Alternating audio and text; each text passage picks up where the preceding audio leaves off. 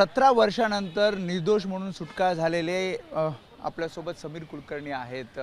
तुम्ही म्हटलात की तुमचा पुनर्जन्म झाला, भावनिक तुम्ही झालात जेव्हा तुम्ही कोर्टात बोलत होतात। काय आज भावना आहेत? गेल्या 17 वर्षापासून ज्या क्षणाची आम्ही ते प्राण कंठाशी आणून वाट बघत होतो, तो जेव्हा न्यायालयामध्ये सत्य अधोरेखित केलं, न्याय अधोरेखित केलं, तेव्हा आम्ही सन्मान न्यायालयाला कृतज्ञतेने सांगितलं की आज आपला हा निर्णय आमच्यासाठी एका पुनर्जन्मासाठी सारखा आहे।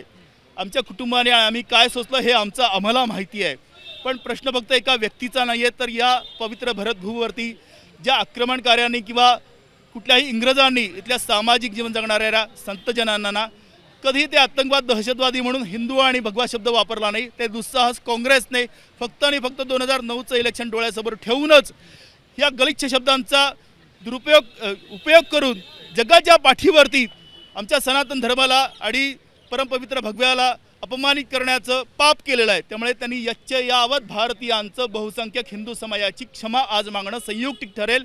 गलिच्छ राजकारणाचे जे काही केंद्रबिंदू आहेत ते काँग्रेसचं नेतृत्व म्हणजे सोनिया गांधी, राहुल गांधी, शकील अहमद, दिग्विजय सिंग, सुशील कुमार शिंदे, शिवराज पाटील यांनी सगळ्यांनी या भारतीयांची आज क्षमा मागणं संयुक्त। तुम्हाला विश्वास होता या सगळ्याचा? कारण तुम्ही काल पण म्हणत होतात की मी निर्णय आल्यावरच बोलेल। 100% म्हणून तर मी पहिल्या दिवशी वकील केला नाही। आपल्या देश आहे, आपली व्यवस्था आहे म्हणून मी narco test, brain mapping test आणि पॉलिग्राफ टेस्टला मी तयार झालो। मी कधी एक क्षण उशिरा न्यायालयामध्ये गेलो नाही आणि अभियोजन पक्षाला हे सगळं सिद्ध करायचं असतं ट्रायलमध्ये, आम्ही एकही अपशब्द बोलला नाही आणि हे सगळं धादांत खोटं आहे। यंत्रणांची पण चूक आहे यामध्ये, कारण NIA असेल, ATS असेल, या दोघांनी तपास केला नाही। माझं असंही ठाम म्हणणं आहे की या देशातला जो तरुण असतो, जो फोर्सेसमध्ये भरती होतो, पोलीसमध्ये भरती होतो, तो स्वकर्तृत्वावरती भरती होतो। त्याचं एक चांगलं व्यावसायिकदृष्ट्या तो एक प्रशिक्षित तयार केलेला असतो। 140 कोटी भारतीय याच व्यवस्थेच्या आधारावरती जगत असते। मी पण त्याच्यातला एक आहे।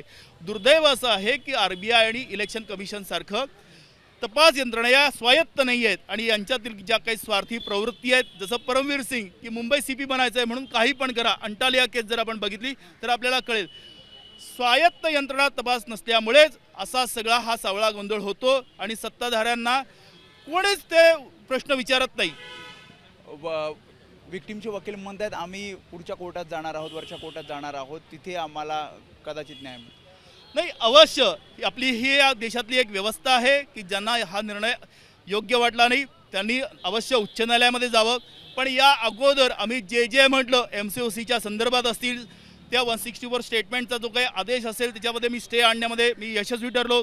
आज UAPAसाठी आम्ही कितीतरी वेळा सर्वोच्च न्यायालय आणि उच्च न्यायालयामध्ये गेलो, ते आमचं खरं ठरलं। तिथे प्रत्येक वेळेस धादांत खोटं इंटरव्हेनरच्या वकिलांनी मांडलं।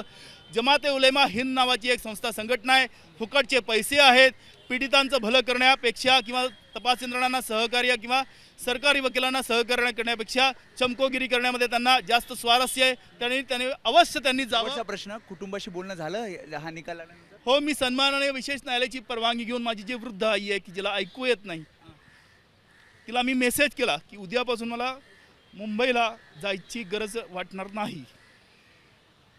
फ्री झाला आहात? हो, नक्की।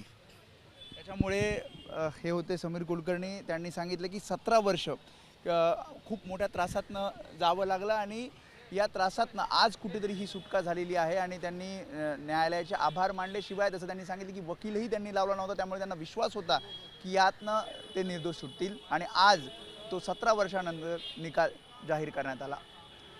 कॅमेरामन अरविंद वारगेसह वेदांत नेब, ABP माझा, मुंबई। ABP माझा, उघडा डोळे बघा नीट।